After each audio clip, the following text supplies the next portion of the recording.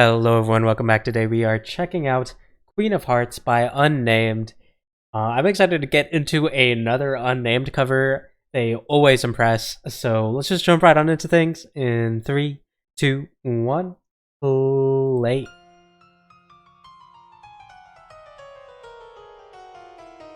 Okay.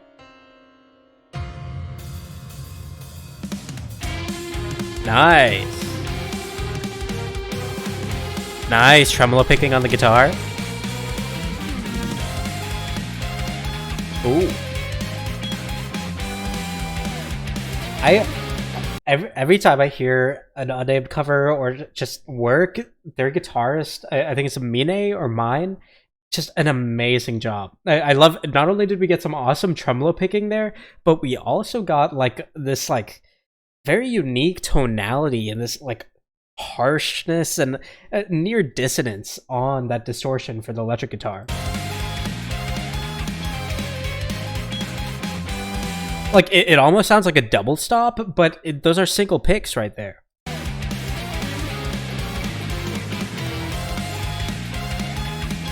And then we have like an emulated tremolo pick through the distortion frequency. Alright. Nice, going down low. Nice, and listen to how that mix is cutting out to make space for the vocals there. Nice. Okay. Nice. Okay.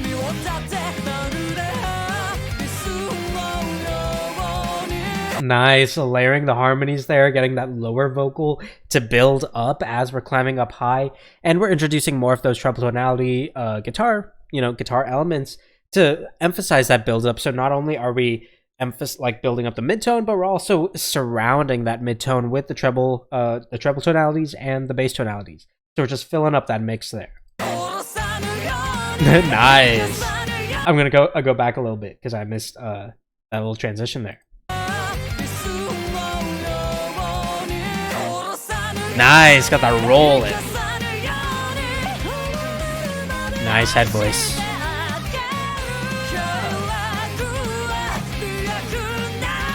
Ooh, nice. We're introducing more of the harshness in the vocals, and we're overlapping our vocal runs. So we have one vocal run, and then the next one is a little overlapped on the decay of the last one there. Cool. Okay. Big shoot up high. That was not. I really like how we finished that off there.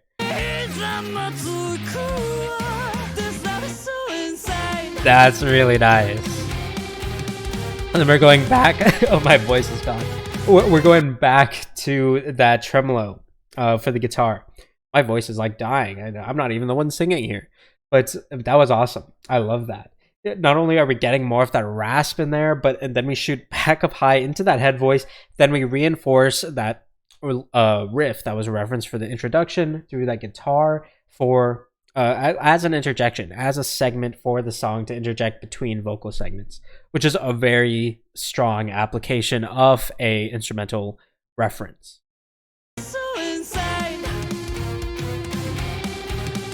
Nice.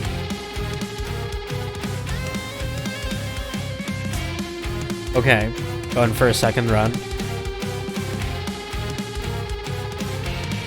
Nice. I want to comment on that. I know I'm pausing a lot, but I want to comment on that repetition there. I don't know how much of it is the original composition and how much of it is Unnamed and their team's interpretation.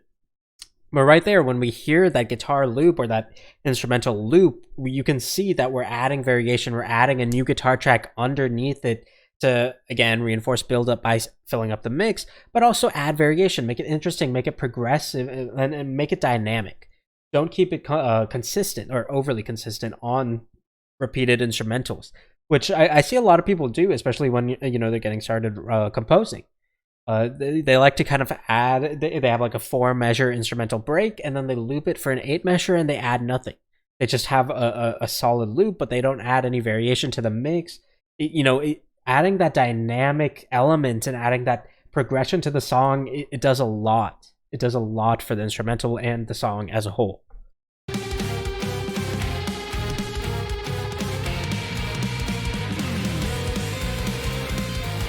Okay.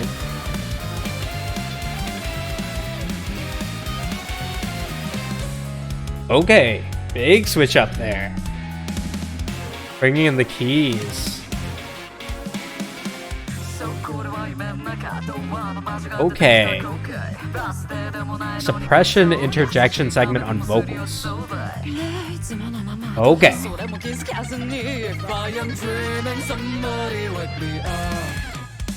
Okay.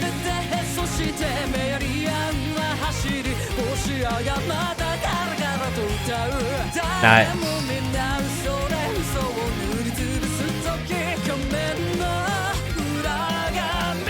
Oh. Nice, adding in more of that rasp in there. And pull up that guy. Nice.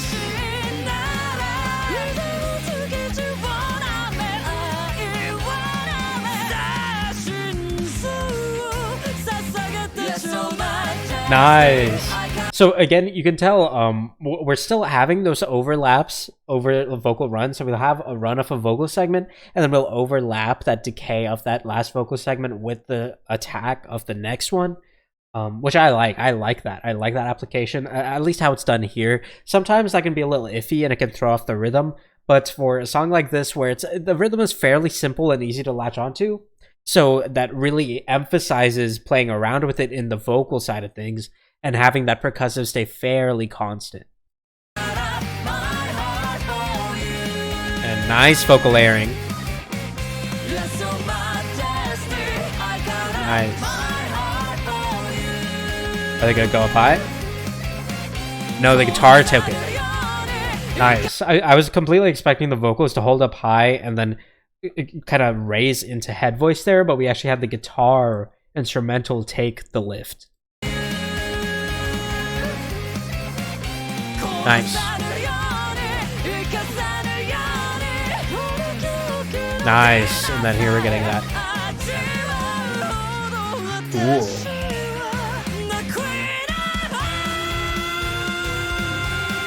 Nice. Bringing back the tremolo.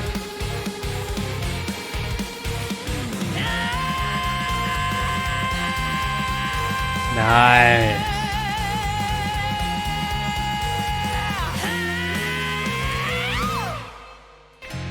Nice. Bass cuts out. Okay. The bass runs us down. Well, we still have the guitar there. I was not expecting the bass to be that dominant in the end because we had so much bass guitar like throughout. But that makes sense, especially since we kind of cut out with the guitar and focusing on that distortion effect as well, because we still had, the distortion free in the mix. We didn't patch that up or anything. We just left it there. So that gives it this raw ending, this open raw ending, this flavor to the end of the song there.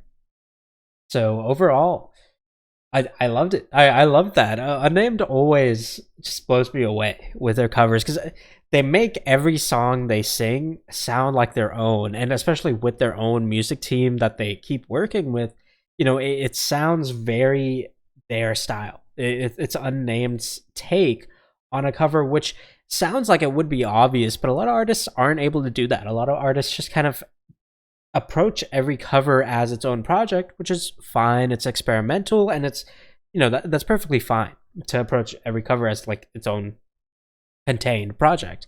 But when you have this team that you regularly work with, and you have this unique style that you approach all these different covers with, it creates this own aspect to you as an artist, like what your music sounds like. And Unnamed is one of the most, it's the epitome of that concept to me, that notion Like artists like Unnamed, artists like Otto, artists that just are able to put their spin on a song and you know it's them. You could just hear the instrumental and you'd be like, oh, they would sound great on that. So yeah, that was awesome. I loved the guitar. I always say this, as a guitar player, I'm a little partial, but I have to say the guitar did some awesome work here. I was surprised to hear some of the like dissonance really in the, I believe it would have been a little bit earlier, but there was a segment where we kind of shifted, and I commented on it, I believe, earlier. But I was not expecting the shrillness in the distortion of the electric guitar. It was surprisingly nice. I actually really liked it, and normally I wouldn't be a big fan of that strong distortion. It sounds like we kind of have like an overdrive effect layered on top of our normal distortion. But because of the heavy bass, like we really push the bass and we fill up the mix a lot with those vocals and just the entirety of our instrumentation, that it never feels overbearing with that like drive effect on our electric guitar. So massive props to handling the mix, and Unnamed was stellar as always. So that was I really enjoyed that. So yeah, thank you very much for watching. Thank you very much for recommending that I check this out. And as always, feel free to recommend more things for me to check out in the comments below. And aside from that, I will see you all next time. Thank you so much.